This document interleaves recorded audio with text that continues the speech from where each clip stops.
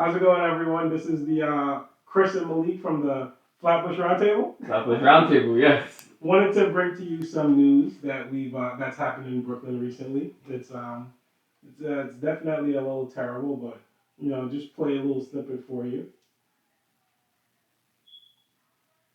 Well, apparently there's an ad. Yo, YouTube and these ads. It's not even YouTube; it's the news channel. That's crazy. Oh damn. But it's only 8 seconds. So we're not sponsored by no ads.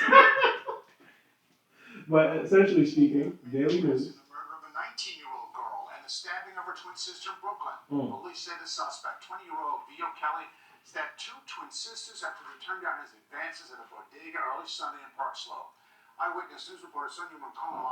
Well, just to keep it quick and short, like they said, a 20-year-old individual was, hitting on some girls in Brooklyn, twins, and they rejected him. And his response to that was uh, for lack of a better term, less than pleasant, right? Yeah. Just come in here. How do you feel about that? That's crazy. Prayers out to the family of that twin. I know one of them died and one's in the hospital at the moment. The other one, she's lucky. I feel very sorry for her and her family. Prayers to them. It's crazy. We live in a crazy world.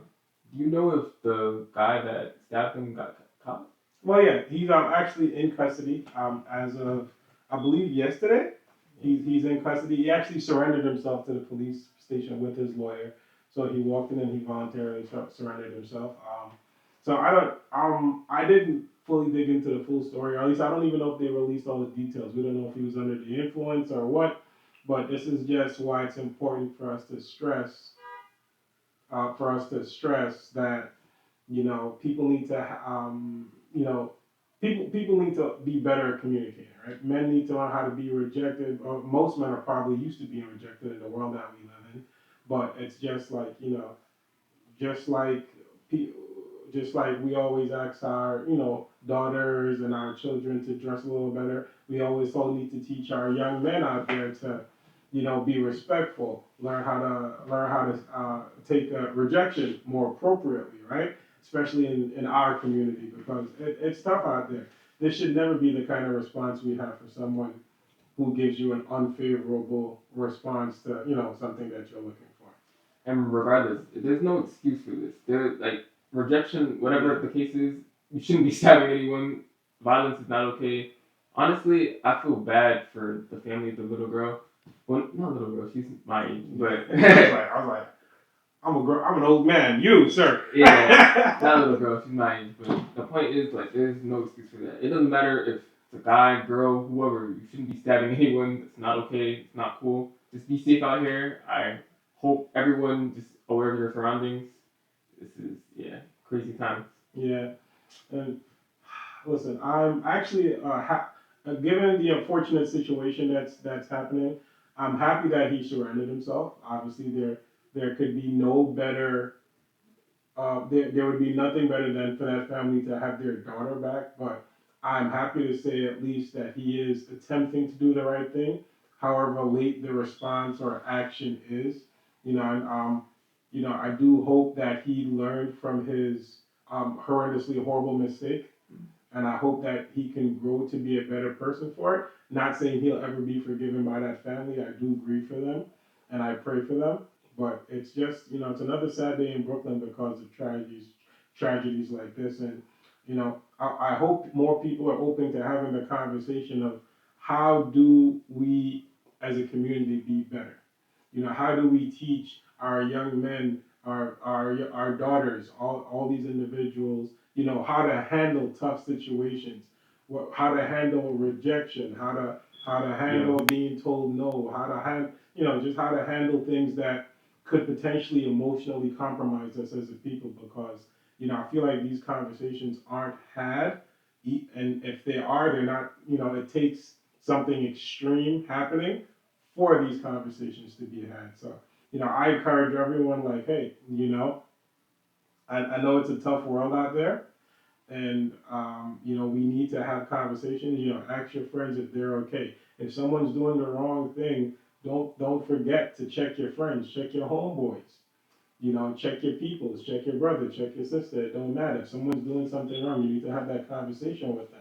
You can't just sit there, stand back and watch. And again, my condolences to the family. I wish the situation had ended better.